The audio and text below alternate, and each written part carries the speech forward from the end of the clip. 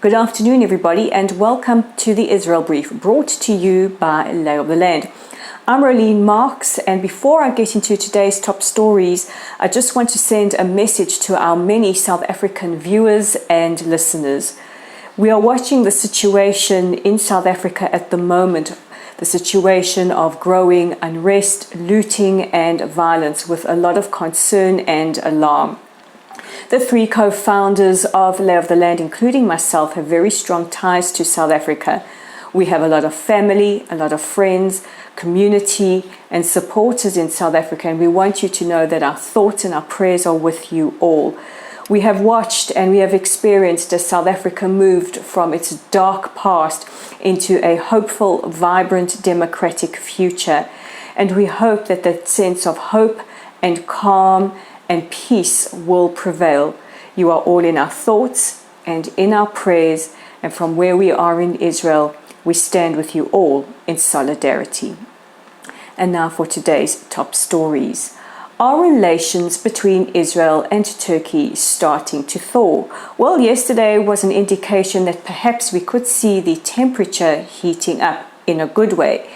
Turkish President Tayyip Erdogan phoned his new counterpart in Israel, President Isaac Herzog, to congratulate him on the presidency.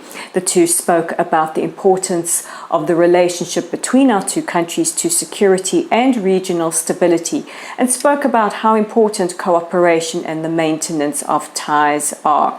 This is a very good sign, as relations between the two countries have been significantly stressed over the last couple of years, including sometimes engaging in quite a harsh war of words. In other news, our Foreign Minister Yair Lapid became the first Israeli Foreign Minister in a decade to be invited to the EU Parliamentary Summit.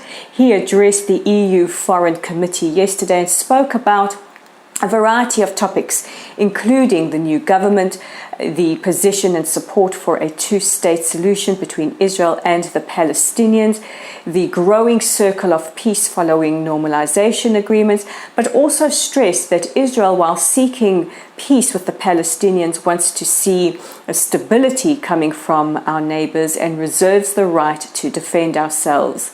Lapid also met with the Secretary General of NATO, Jens Stoltenberg, and they spoke about a variety of topics, including cybersecurity, intelligence, and various others, and the Foreign Minister invited Stoltenberg to visit Israel.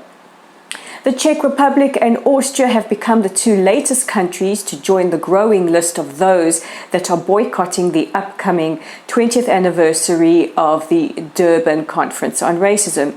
Known as Durban 4, the Czech Republic Foreign Minister took to Twitter yesterday, and he said that they will not be joining in. There is growing concerns about anti-Semitism, and that the platform will be misused to launch attacks on the state of Israel.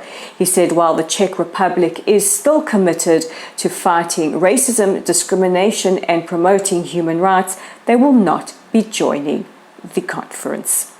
And our final story brings us back here to Israel, and it's talk about COVID, and Israel will make history once again as we become the first country to roll out a third shot. Israel will start administering vaccines to those who are immunocompromised, making us the first country in the world to do so. We are expecting another shipment from Pfizer to arrive on the 1st of August. Meanwhile, infections are surging at the moment. However, serious cases still remain stable. And in an agreement inked between Israel, the Ukraine, and Georgia, Israel will test our homegrown vaccine in the Ukraine and Georgia. And we will follow that story and report back soon.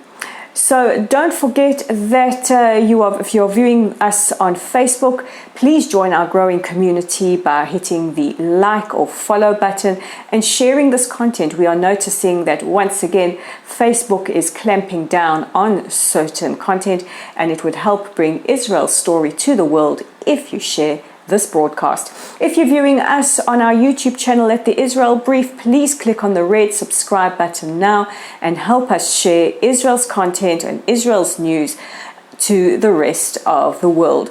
We are also on Twitter. You can follow us at Lay of the Land 5. That's at Lay of the Land with the digit 5. And of course, our website with original content is on www.layoftheland.online. There is an article today about why it is important to stand and use the correct posture. You cannot tell, but I'm making sure that my posture is correct while I do this broadcast.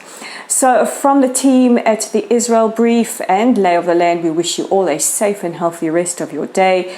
To our viewers and readers in South Africa, please stay safe, and we will chat again tomorrow.